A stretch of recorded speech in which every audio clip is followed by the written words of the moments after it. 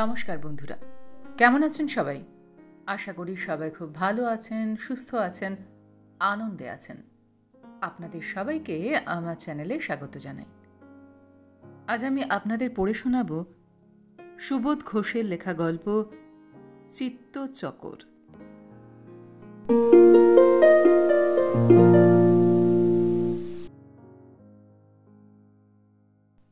মধুপুর থেকে চিঠি লিখেছে মীরা। সেজদা, আমার এই চিঠি খুব মন দিয়ে পড়বে।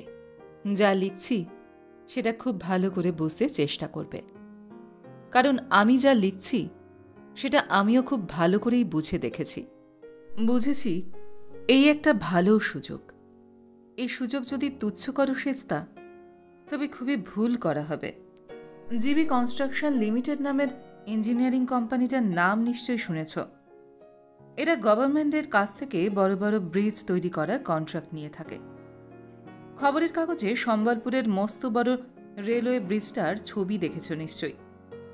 সেই ব্রিজ এই জিবি কনস্ট্রাকশনই তৈরি করেছে।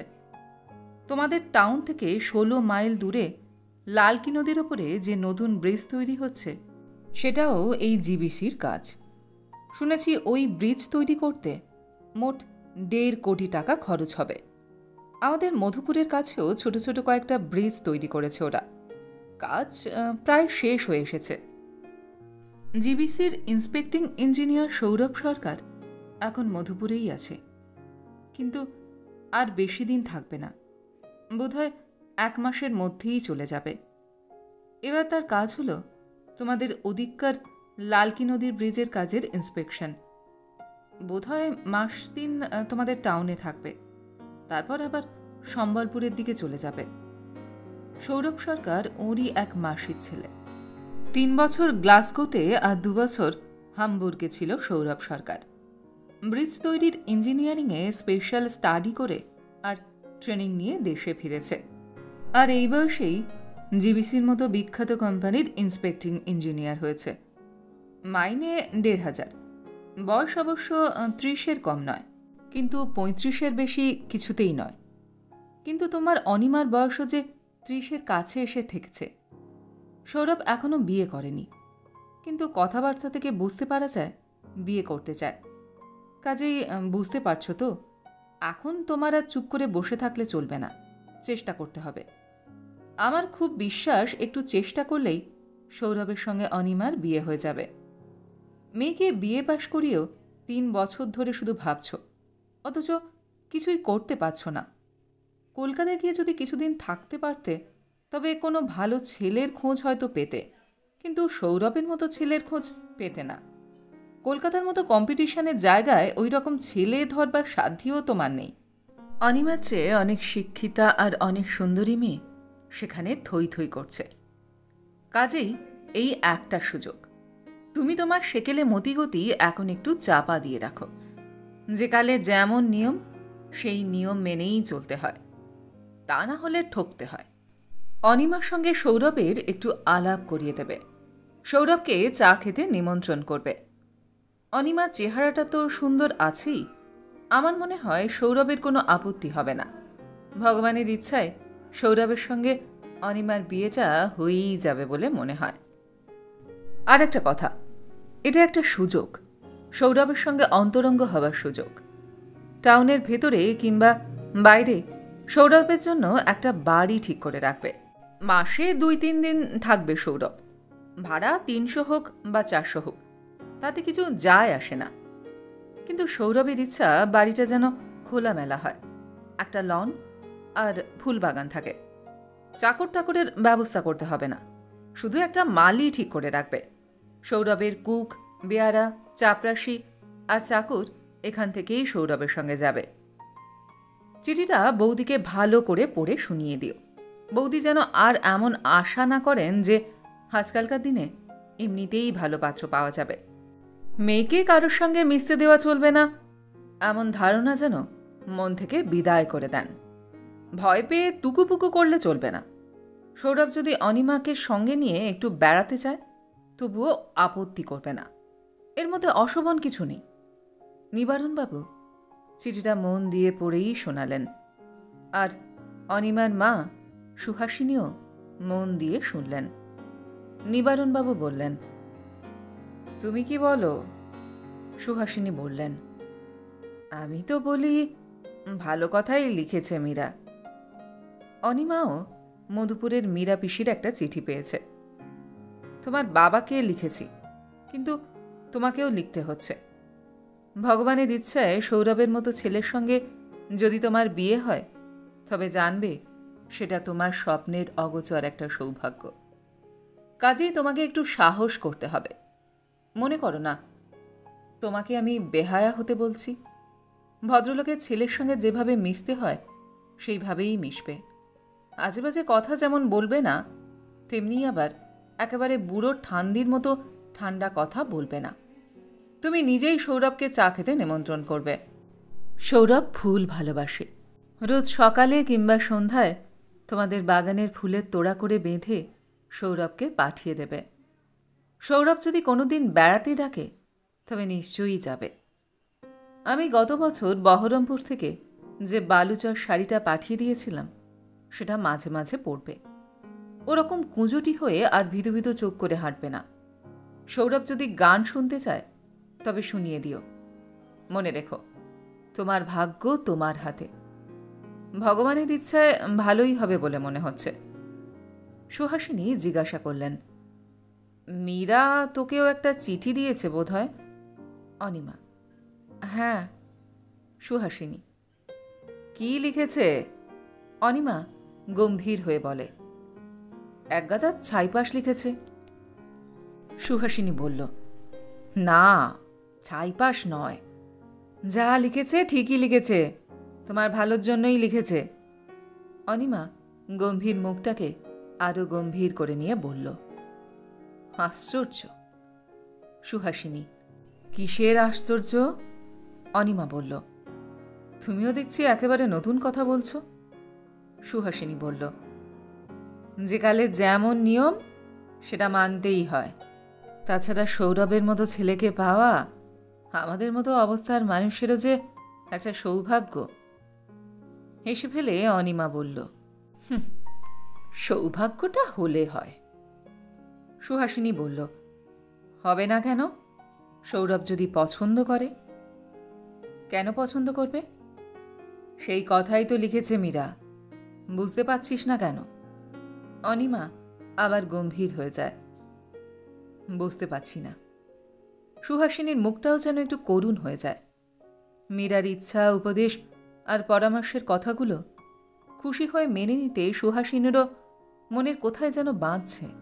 খুবই সুখের কথা হতো যদি সৌরভ নিজেই এসে একবার অনিমাকে দেখত আর পছন্দ করে ফেলত। একটা অচেনা মানুষের চোখে পছন্দ ধরাবার জন্য মেয়েটা নিজেই দৌড়াদৌড়ি করবে।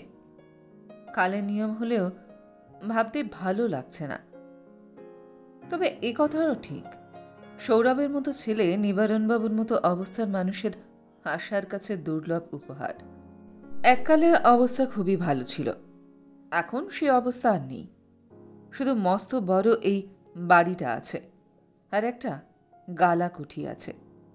গালার বাজারও আরও সেরকম নয়। বছর 2 হলো গাড়িটাকে বেচে দিতে হয়েছে। মেয়ের বিয়ের জন্য 5-7 হাজার টাকা খরচ করার সামর্থ্য অবশ্য আছে, কিন্তু 5-7 হাজারের খরচে যেসব ছেলে পাওয়া যায়, আর এ পর্যন্ত যেসব ছেলের খোঁজ পাওয়া গিয়েছে, তাদের একজনও গুণে ও গৌরবে সৌরভের কাছাকাছি দাঁড়াবার যোগ্য নয়। তাই মীরার চিঠির পরামর্শটা মেনে নিতেই ইচ্ছে করছে। সৌরভের জন্য বেশ ভালো একটা বাড়ি ঠিক করে ফেলতে দেরি করেননি নিবারণবাবু। টাউন থেকে সামান্য দূরে কানারি যাবার রাস্তার উপরেই ইউক্যালিপটাসে ঘেরা একটা বাড়ি। সবুজ ঘাসে ছাওয়া লন আছে। লনের দুপাশে স্থলপদ্মের ভিড় নিয়ে 2টো স্কোয়ার আছে। ফটকের ঘামের গায়ে আইভি লতা আর সারি সারি টবেতে গাজীপুরি গোলাপ। মালি বৃন্দাবন বাগান থেকে সব শুকনো পাতা ঝেঁটিয়ে সরিয়ে দিয়েছেন। সৌরভ সরকারও এসেছে, সঙ্গে এসেছে কুক, চাপরাশি, বেয়ারা আর চাকর। সৌরভ যেদিন এলো সেদিনই স্টেশনে উপস্থিত ছিলেন নিবারণবাবু। ট্রেন থেকে নেমে সৌরভী নিবারণবাবুর হাসি ভরা মুখটার দিকে তাকিয়ে প্রশ্ন করেছিলেন, আপনিই বোধহয় নিবারণবাবু? হ্যাঁ। বাড়িটা কোন দিকে? এই যে মালি বৃন্দাবনও এসেছে, বৃন্দাবনই তোমাদের পথ দেখিয়ে বাড়িতে নিয়ে যাবে। দুটো ট্যাক্সি সৌরভ সরকারের সব জিনিসপত্র আর চাকর বাকরদের তুলে নিয়ে চলে গেল। আগে আগে একটা ট্যাক্সিতে চলে গেল সৌরভ সরকার আর মালি বৃন্দাবন। সন্ধে হবার একটু আগেই অনিমাকে সঙ্গে নিয়ে যখন হিল রোডের বাড়িটার কাছে এসে দাঁড়ান নিবারণবাবু, তখন বাড়ির বারান্দায় একটা চেয়ারের উপর বসে বই পড়ছিলেন সৌরভ সরকার। সত্যি বড় চমৎকার চেহারা। 35 বছর বয়স নয়, এ চেহারায় বয়স 30-এর বেশি হতেই পারে না। সাদা জিনের ট্রাউজার আর সাদা টুইলের শার্ট পরে আর সাদা চামড়া স্লিপার পায়ে দিয়ে চেয়ারের উপর বসে আছে একটা চমৎকার পরিচ্ছন্ন আর স্নিগ্ধ চেহারা নিয়ে। নিবারণবাবু চোখ দুটোও যেন একটা স্নেহার্ত আগ্রহ চঞ্চল হয়ে চিকচিক করতে থাকে। অনিমাও বালুচুরি শাড়ি পরেছে, কিন্তু বাড়ি থেকে বের হয়ে এই সামান্য 8 মাইলের ছায়াময় রাস্তাটা হাঁটতেও যেন বারবার হোঁচট খেয়েছে। ভয়ানক অপ্রসন্ন দুটো চোখ বরাবর যেন ভ্রুকুটি করে কুঁচকে গিয়েছে। দুঃসহ একটা অস্বস্তির নিঃশ্বাস বুকের ভেতরে একটা যন্ত্রণা ছড়িয়েছে। ছিছি, সৌরভ সরকার হলই বা মস্ত গৌরব আর মস্ত সৌভাগ্য, কিন্তু অনিমা 30 বছর বয়সের প্রাণটা যে এভাবে একটা কাঙাল লোভের মতো এগিয়ে যেতে চাইছে না, একটুও ভালো লাগছে না। নিবারণবাবু আর অনিমাকে দেখতে পেয়ে ব্যস্তভাবে চেয়ার ছেড়ে উঠে দাঁড়ায় সৌরভ। নিবারণবাবু হাসেন, আমি তোমাকে বিরক্ত করতে আসিনি, অনিমা কি বলবে তাই শুনে নাও। কে? সৌরভ যেন চমকে উঠে প্রশ্ন করে। নিবারণবাবু বললেন, এই তো অনিমা, আমার মেয়ে। অনিমা হাসে। বিরক্তিবোধ করলেও আপত্তি করতে পারবেন না। আজ সন্ধ্যাবেলা আমাদের বাড়িতে চা খাবেন। সৌরভের বিস্ময়ে চোখ দুটো এবার যেন মুগ্ধ হয়ে হেসে ওঠে। বিরক্ত বোধ করব কেন? কখনো না। আচ্ছা, নিশ্চয়ই যাব। চলে যান নিবারণবাবু আর অনিমা। যে পথে দুঃসাহ অস্বস্তির হোঁচট খেয়ে খেয়ে অনিমার প্রাণটা কোনো মতে হেঁটে এসেছিল, সেই পথেই আবার ফিরে যেতে হচ্ছে। কিন্তু অনিমা সেই অস্বস্তির ভার যেন লজ্জা পেয়ে এই রাস্তারই ধুলোর সঙ্গে মিশে গিয়ে নিশ্চিহ্ন হয়ে গিয়েছে। চোখে সেই অপ্রসন্ন ভ্রুকুটিই বা কোথায় গেল? বালুচুরি শাড়িটাকেও আর কাঙাল লোভের সাজ বলে মনে হয় না, বরং মনে হয় শাড়িটাকে কি বিশ্রীভাবে এলোমেলো করে পরা হয়েছে। যেন ভয়ে ভয়ে একটা মেঘ দেখতে গিয়েছিল অনিমা, কিন্তু একটা চাঁদ দেখে ফিরে এসেছে। হিল রোডের বাড়িতে ফুল পাঠাতে ভুল করেনি অনিমা, যাকে দেখবার জন্য মনটা সব সময় উৎসুক হয়ে থাকে। সেও হিল রোড ধরে বেড়াতে বেড়াতে এদিকে এসে গালাকুঠির মালিক নিবারণবাবুর টাউনের বাড়িতে আরও 2 দিন চা খেয়ে চলে গিয়েছে। দেখে আশ্চর্য হয়েছেন নিবারণবাবু, আর বেশ খুশিই হয়েছেন সুহাসিনী। মুখচোরা মেয়ে অনিমা 3 দিনের চেনা এই সৌরভের সঙ্গে এক এক সময় যেন নাকে মুখে কথা বলতে থাকে। সেই ভীতু ভীতু অনিমা নয়, এখন যেন একটা ব্যস্ত হাসির অনিমা ঘরের বাইরের বারান্দায় ঘুরে বেড়ায়। সন্ধ্যা হলেই যেন ছটফট করতে থাকে। সাজ সারতে 8 ঘন্টারও বেশি সময় পার হয়ে যায়, তবু অনিমার শাড়ি আর সাজ যেন অনিমার চোখের পছন্দ হয়ে উঠতে পারে না। এরই মধ্যে একদিন নিজেরই চোখে দেখতে পেয়েছেন সুহাসিনী। চলে যাওয়ার সময় ফটকের কাছে দাঁড়িয়ে সৌরভ যেন খুব আস্তে, খুব ব্যাকুলতার একটা কথা বলল। তা না হলে কথাটা বলতে গিয়ে সৌরভের মুখটা ওরকম লাজুক হয়ে যাবে কেন? অনিমাও যেন চমকে উঠেছে। তারপরেই মাথা হেঁট করেছে, তারপরেই মাথা নেড়ে হ্যাঁ করেছে। মেয়েটার সারা মুখটাও যে লালচে হয়ে উঠেছে। না জিজ্ঞাসা করে থাকতে পারেনি সুহাসিনী। সৌরভ কিছু বলে গেল নাকি? হ্যাঁ। কি বললে? আজ সন্ধ্যাবেলায় সঙ্গে বেড়াতে যেতে বলেছে। তবে যাব। সন্ধ্যা হবার আগেই বের হয়ে যায় অনিমা। আজ একাই হিল রোডের বাড়িতে গিয়ে তার সঙ্গে বেড়াতে বের হতে হবে। যা চোখের দিকে তাকিয়ে বুঝতে হবে কিছু বাকি নেই অনিমার। শুধু আজকের জন্যই আহ্বান নয়, চিরকালের জন্য। মীরা পিসিমা যেন মিছিমিছি একটা ভয় দেখিয়েছিলেন, যেন একটা তপস্যার জন্য অনিমাকে প্রস্তুত হতে বলেছিলেন। কিছুই দরকার হয়নি। মুখ খুলে বেহায়ের মতো স্পষ্ট করে একটা কথাও বলতে হয়নি। স্নিগ্ধ হাসির মানুষটার নিজেরই চোখ দুটো বারবার পিপাসিতের মতো অনিমার মুখের দিকে তাকিয়ে কত স্পষ্ট করে সবই বুঝিয়ে দিয়েছে, অনিমার আশার মনটাকে ধন্য করে দিয়েছে। হিল রোডের ওপর একটা দেবদারুর কাছে দাঁড়িয়ে আছে সেই অভ্যর্থনা, সেই সাদা জিনের ট্রাউজার আর টুইলের শার্ট, পায়ে সাদা চামড়ার শু। চোখ দুটো কালো নয়, কেমন যেন নীলাভ আর নেবের।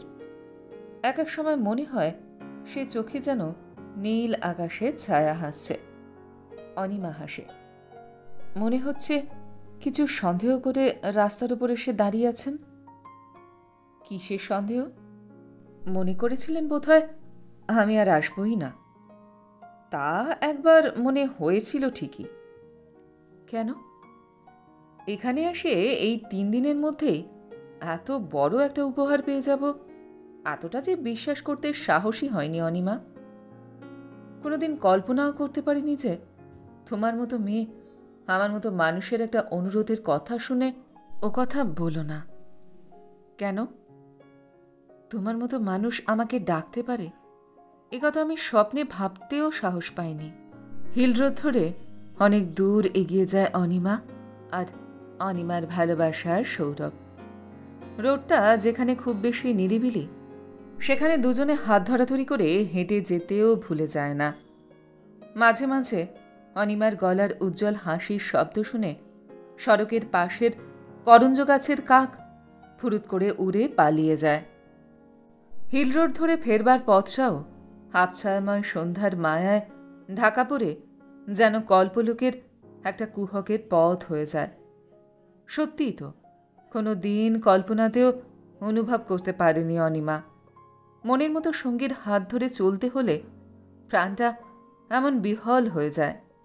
চলো, তোমাকে আমাদের বাড়ি পর্যন্ত পৌঁছে দিয়ে আসি অনিমা। অনিমা হাসে। এখনই পৌঁছে দেবে? ইচ্ছা তো করে না, কিন্তু আজ আর উপায় নেই। কেন? এখনই একবার স্টেশনে যাব। কেন? সাহেব আসবেন বোধহয়। কোথাকার সাহেব? ইঞ্জিনিয়ার সরকার সাহেব। সরকার সাহেবকে? সৌরভ সরকার। তোমার মধুপুরের পিসিমাদের তো কিরকমের যেন আত্মীয় হন। অনিমার বুকের ভেতর থেকে দুঃসহ একটা আর্তনাদ যেন গুমড়ে ওঠে। কি বলছো তুমি? কি ভয়ঙ্কর কথা! কি বললে? তুমি কে? আমি বললাম, আমি? কে তুমি? ফুবিয়ে কেঁদে ওঠে অনিমা। আমি তো সরকার সাহেবের স্টেনো টাইপিস্ট ক্লার্ক। তোমার নাম কি? তাও জানো না? না। এ তো বড় আশ্চর্যের কথা। যতই আশ্চর্যের কথা হোক, বলো, বলে ফেলো, তাড়াতাড়ি বলে দাও। আমি বিনয় দত্ত। তুমি তাহলে সরকার সাহেবের আসবার আগেই? হ্যাঁ, স্টাফ তো আগেই আসে, তারপর সাহেব। কিন্তু আমি যে ব্যাপারটা এবার বেশ স্পষ্ট বুঝতে পারছি অনিমা। কি বুঝেছ? তুমি ভুল করে আমাকেই সরকার সাহেব মনে করে। আমি তোমার কাছে ক্ষমা চাইছি অনিমা। তুমি সব ভুলে যাও। তোমার বাবাকে বলো, তিনিও যেন আমাকে ক্ষমা করেন। হিল রোডের সন্ধ্যার আচ্ছায়ের মধ্যে দাঁড়িয়ে অনিমা যেন এক দৃষ্টির একটা বিদ্রুপের করুণ ভাষার আক্ষেপ শুনছে। স্টেনো টাইপিস্ট বিনয় দত্তের গলার স্বর যেন আবার ভয় পেয়ে ছটফটিয়ে ওঠে। আমি তোমাকে কথা দিচ্ছি, সরকার সাহেব এলেই তার কাছ থেকে যেভাবেই হোক ছুটি আদায় করে আমি 2 দিনের মধ্যেই এখান থেকে চলে যাব। অনিমা বলল, আপনি এখন যান, শিগগিরই চলে যান।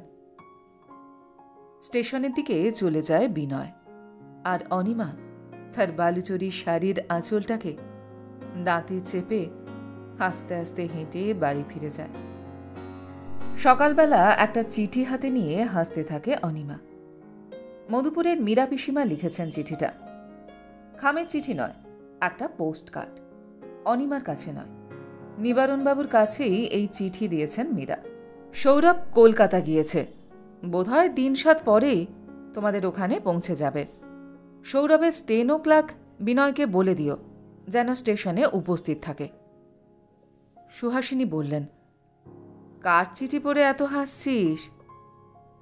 মীরা পিসিমার চিঠি। কি লিখেছে মীরা?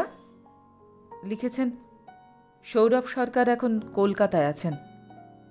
তার মানে? তার মানে সৌরভ সরকার এখনো এখানে আসেননি। কি বলছিস পাগলের মতো? পাগলের মতো নয়, পাগল হয়েই বলছি। নিবারণবাবু ব্যস্ত হয়ে ঘরের ভেতর থেকে বার হয়ে আসেন, আর অনিমার মুখের দিকে আতঙ্কিতভাবে তাকিয়ে থাকেন। কি হলো? সৌরভ সরকারের স্টেনো ক্লার্ক বিনয় দত্ত তোমাদের কাছে ক্ষমা চেয়েছেন। কে বিনয় দত্ত? ওই যে, যাকে সৌরভ সরকার মনে করা হয়েছে, যাকে 3 দিন নেমন্তন্ন করে চা খাওয়ানো হলো। নিবারণবাবু আর সুহাসিনী যেন আর্তনাদ করবারও শক্তি হারিয়েছেন, যেন একটা হিংস্র কৌতুকের আক্রমণে আহত 2 অসহায় অদৃষ্ট মাথা হেঁট করে আর স্তব্ধ হয়ে দাঁড়িয়ে থাকেন সুহাসিনী আর নিবারণবাবু। নিবারণবাবুর চোখ দুটো ভিজে গিয়ে আরো করুণ হয়ে ওঠে, আর সুহাসিনীর চোখ দুটো জলে ভেসে যায়। কিন্তু চেঁচিয়ে হেসে ওঠে অনিমা। আমাকে এখনই একবার বের হতে হচ্ছে। নিবারণবাবু আর সুহাসিনী দুজনেই মুখ তুলে তাকান। সত্যি যে বেশ সুন্দর করে সেজেছে অনিমা। সত্যি বাইরে যাবে মনে হচ্ছে, কিন্তু কোথায় যাবে? ওরকম অদ্ভুতভাবে হাসছেই বা কেন? সুহাসিনী জিজ্ঞাসা করল, কোথায় যাবি? যার কাছে জোর করে পাঠাতে চেয়েছিলে তার কাছে। তার মানে দেখে আসি সৌরভ সরকার এসেছেন কিনা।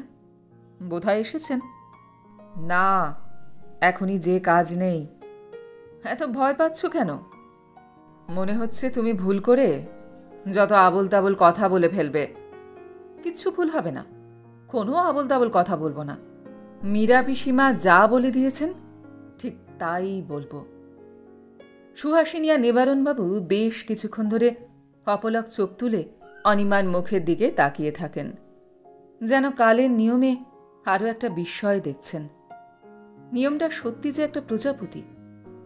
এরই মধ্যে ভুলে গিয়েছে এতক্ষণ কোথায় ছিল আর কোন বনের ফুলের পরাগ মাখায় মেখেছিল।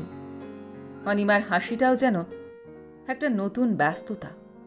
কালকের সন্ধ্যাবেলার হাসিটাকে আর সেই হাসির মনটাকেও বোধহয় তুচ্ছ অকেজো ধুলোর মতো একেবারে ধুয়ে মুছে পরিষ্কার করে দিয়েছে অনিমা।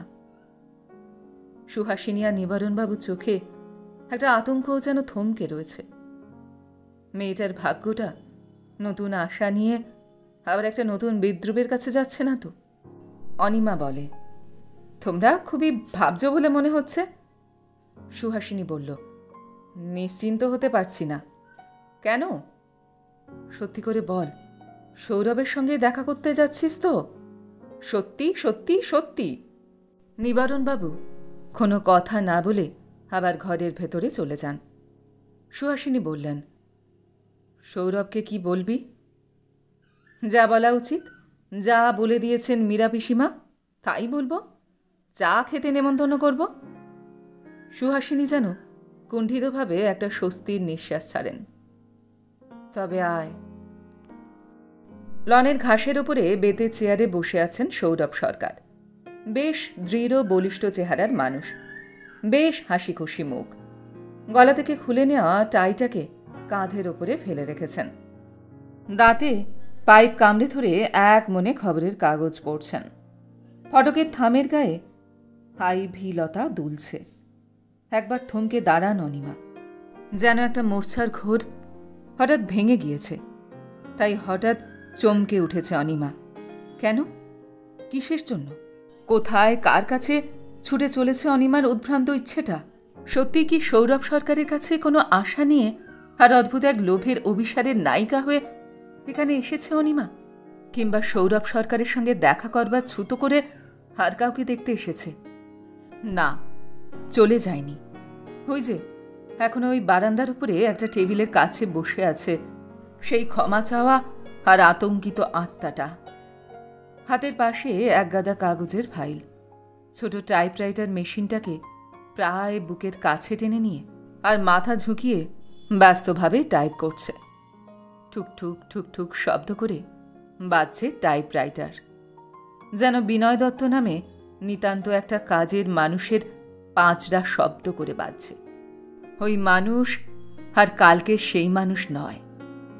মুখ তুলে একবার তাকিয়েছে বিনয় দত্ত, কিন্তু চোখের ওই শান্ত ঔদাস ভাবটা দেখে মনে হয় অনিমাকে জীবনে কোনোদিন দেখেনি বিনয় দত্ত। অনিমার চোখে ছোট্ট একটা ভ্রুকুটি শিউরে ওঠে। আসুন, ডাক দিয়েছে সৌরভ সরকার। চমকে ওঠে অনিমার আনমনা কৌতূহলের চোখ দুটো। বুঝতেই পারেনি অনিমা বারান্দার দিকে তাকাতে তাকাতে কখন সৌরভ সরকারের এত কাছে চলে এসেছে অনিমার ছায়াটা। এইবার যেন অনিমার হৃৎপিণ্ডের ভেতরে একটা প্রশ্ন চিৎকার করে ওঠে, কেন এসেছ?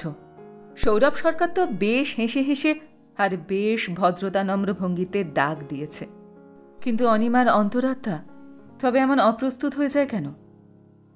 এমন আহ্বান শুনতে পাবে বলে বোধহয় কল্পনা করতে পারেনি অনিমা। যেন বাবা, মা আর মীরা পিসিমাকে বাজে স্বপ্নের ভুল ধরিয়ে দেবার জেদ দিয়ে এখানে এসেছে অনিমা। যেন একটা পরীক্ষাকে একটু পরীক্ষা করেই চলে যেতে হবে। সৌরভ সরকারকে একবার চা খেতে নেমন্তন্ন করতে হবে। তারপর বাবা আর মা দেখতেই পাবেন, আর মীরা পিসিও চিঠি পেয়ে জানতে পারবেন সৌরভ সরকার নিবারণবাবুর বাড়ির চায়ের নেমন্তন্ন শুনে মনে মনে হেসেছে। যেতে ভুলেও গিয়েছে ১,৫০০ টাকা মাইনের মানুষ এক দেউলি গোছের গালা মার্চেন্ট নিবারণবাবুর মেয়েকে একটু করুণা চক্ষেও দেখবার সময় পায়নি। ঠিকই, অনিমার মুখের সেই ব্যস্ততার হাসিটাকে ঠিক বুঝতে পারেনি নিবারণবাবু আর সুহাসিনী। সৌরভ সরকারের মতো গৌরবকে তপস্যা করলেও যে নিবারণবাবুর মতো মানুষের মেয়ের কোনো লাভ হবে না, সেই সহজ সরল সত্যটাকে পৃথিবীকে বুঝিয়ে দেবার জন্য অনিমা যেন দুঃসাহস করে একটা ভুয়ো অভিসারে এখানে এসেছে। সৌরভ হাসে। বসুন আপনি। আপনাকে আপনার পরিচয় আর বলতে হবে না, আমি জানি কে আপনি। মীরা বৌদি আপনাদের কথা আমাকে আগেই বলে রেখেছেন। হাসতে চেষ্টা করে অনিমা, কিন্তু হাসিটা যেন একটা এলোমেলো করুণ হাসি। সে করুণ হাসি আরও এলোমেলো হয়ে যায় যখন সৌরভ সরকারের চোখ দুটো বেশ নিবিড় হয়ে অনিমার মুখের দিকে তাকিয়ে থাকে। সৌরভ বলে, আপনি এসেছেন, খুবই ভালো লাগছে। ভুলেই গিয়েছে অনিমা, তাই প্রাণপণে স্মরণ করতে চেষ্টা করে। কি যেন বলবার ছিল, কি যেন বলবার জন্য এখানে এসেছে অনিমা। চিঠিতে কি যেন লিখেছিলেন মীরা পিসিমা। সৌরভ সরকার হঠাৎ উঠে দাঁড়িয়ে খুশির স্বরে হাসতে থাকে। চলুন, আপনার বাবা আর মার সঙ্গে দেখা করে আসি, অনিমা বলে। বাবা আর মা দুজনেই বলে দিয়েছেন কি আপনি আজ আমাদের বাড়িতে চা খাবেন। তবে আর দেরি করি কেন? কাঁধের ওপর ফেলে রাখা টাইটাকে ট্রাউজারের পকেটে পুরে দিয়েই ব্যস্ত হয়ে ওঠে সৌরভ সরকার। চলুন। ফটকের থামের গায়ে জড়ানো আইভি লতায় যেন ঝোড়ো হাওয়ার টান লেগেছে। পাতাগুলি যেন ছিঁড়ে পড়তে কিংবা উড়ে যেতে চায়। ভয়ানক দুলছে, ভয়ানক কাঁপছে। মনে হয় অনিমার যেন সৌরভ সরকারের উজ্জ্বল খুশির বাতাসটাই ঝড় হয়ে উঠেছে। ফটকটা পার হবার সময় সৌরভ সরকার যেন নিজের মনের খুশির আবেগে বলে ওঠে, ভালোই হলো, ৩-৪টে দিন তেমন কোনো কাজও নেই, খুব কুড়েমি করে নেওয়া যাবে, নয়তো আপনাদের বাড়ির চায়ের আসরে বসে। অবশ্য আপনি যদি বলেন তবেই যাব। কি বললেন? আপনি যদি বলেন তবে যাব। যাবেন বই কি, রোজই যাবেন? রোজই সম্ভব হবে না অনিমা। আমার স্টেনো ক্লার্ক বিনয় ছুটি নিয়ে আজই সন্ধ্যার ট্রেনে চলে যাচ্ছে, তাই 3-4টে দিন, তার মানে নতুন ক্লার্ক না আসা পর্যন্ত একটু জিরিয়ে নিতে পারা যাবে। কি হলো? রাস্তার পাশের একটা গাছের গায়ে হাত দিয়ে থমকে দাঁড়িয়ে পড়েছে অনিমা। যেন মাথাটা হঠাৎ ঘুরে গিয়েছিল, টলে উঠেছিল পা দুটো, আর চোখে কিছু দেখতেও পাওয়া যাচ্ছিল না। তাই বিবশ শরীরটাকে সামলাবার জন্য গাছের গায়ে হাতের ভর রেখে দাঁড়িয়ে পড়েছে অনিমা। অনিমা বলল, না কিছু নয়। কিন্তু মুখ ফিরিয়ে তাকায় অনিমা, যেন পিছন থেকে কেউ অনিমার বালুচরি শাড়ির আঁচলটাকে ধরে হ্যাঁচকা টান দিয়েছে। দেখতে পাওয়া যায় বারান্দার ওপরে একেবারে শান্ত ও সুস্থির হয়ে দাঁড়িয়ে আছে বিনয় দত্ত। এদিকেই তাকিয়ে আছে, যেন সত্যিকারের একটা কুহকের দিকে আশ্চর্য হয়ে তাকিয়ে আছে। সুহাসিনী বললেন, সৌরভ যা বলে গেল তাতে তো এই ধারণাই করতে হয় যে সৌরভের আপত্তি নেই। নিবারণবাবু বললেন, আমারও ধারণা তাই। আর কত স্পষ্ট করে বলবে? আস্তে আস্তে নয়, বেশ জোরে, যেন কাউকে শোনাবার জন্যই কথাগুলো বলছেন নিবারণবাবু আর সুহাসিনী। ঘরের ভেতরে বসে অনিমাও শুনতে পায়। শুনেও অনিমার চোখে মুখে কোনো কৌতূহল চঞ্চল হয়ে ওঠে না, কারণ অনিমারও যে তাই ধারণা। চা খেয়ে আর কতক্ষণ বসে নিবারণবাবু আর সুহাসিনীর সঙ্গে গল্প করে সৌরভ। যাওয়ার সময় বারান্দায় দাঁড়িয়ে আর বেশ স্নিগ্ধস্বরে অনিমাকে যে কথাটা বলেছে সৌরভ, সে কথা সুহাসিনী আর নিবারণবাবু ঘরের ভেতরে বসেই শুনতে পেয়েছেন। মীরা বৌদি আমাকে একটা কথা বলেছিলেন অনিমা, কিন্তু থাক, আজ আর বলতে চাই না। এত তাড়াতাড়ি বলে ফেলা বোধহয় উচিত নয়।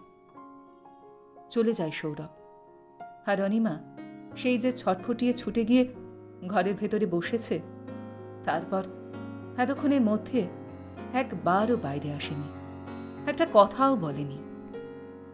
কিন্তু চমকে ওঠেন নিবারণবাবু আর সুহাসিনী।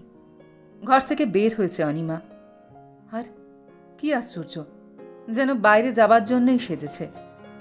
আজও এই সন্ধ্যায় আবার কোথায় যাবার জন্য মেয়ের মন এত ব্যস্ত হয়ে উঠল? এ কি, কাঁদে কেন মেয়েটা? কি হলো? চেঁচিয়ে ওঠেন সুহাসিনী। আমি যাচ্ছি। কোথায়? স্টেশনে। স্টেশনে কেন? বিনয় বোধহয় সন্ধ্যার ট্রেনেই চলে যাবে। চলে যাক না বিনয়। যাবে কেন? বিনয়ের ইচ্ছে বিনয় চলে যাবে। বিনয়ের কাছে তোর কিসের কাজ? কাজ আছে বই কি, তা না হলে যাব কেন? কি কাজ? ডেকে নিয়ে আসি। কেন? যাবার আগে এবারই চা খেয়ে যাক। বিনয় আবার এখানে এসে চা খাবে কেন? তোমাদের মেয়ের সঙ্গে বিনয়ের বিয়ে হবে বলে। কে বললে? আমি বলছি। নিবারণবাবুর মুখের দিকে তাকান সুহাসিনী, তারপর দুজনেই একসঙ্গে অনিমার মুখের দিকে তাকিয়ে থাকেন। কি বলতে চাইছে অনিমা? আজকের সকালবেলার হাসিটাই মিথ্যে, আর এই সন্ধ্যার কান্নাটাই তাহলে সত্যি? নিবারণবাবু বললেন, আমার আর কিছু বলবার নেই। সুহাসিনী বললেন, আমি ভাবছি মীরাকে আমি তবে বোঝাবো কি বলে। হেসে ফেলে অনিমা। একটা চিঠি লিখে জানিয়ে দেব, ভগবানের ইচ্ছে যা হবার ছিল তাই হলো।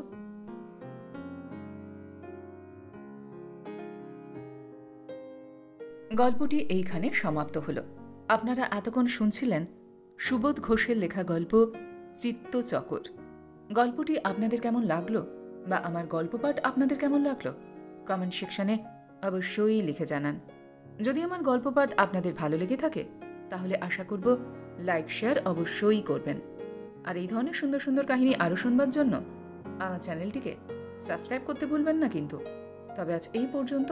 আমি খুব তাড়াতাড়ি আবার অন্য কোনো কাহিনী নিয়ে আপনাদের কাছে চলে আসছি। সবাই খুব ভালো থাকবেন, সুস্থ থাকবেন, আনন্দে থাকবেন। নমস্কার।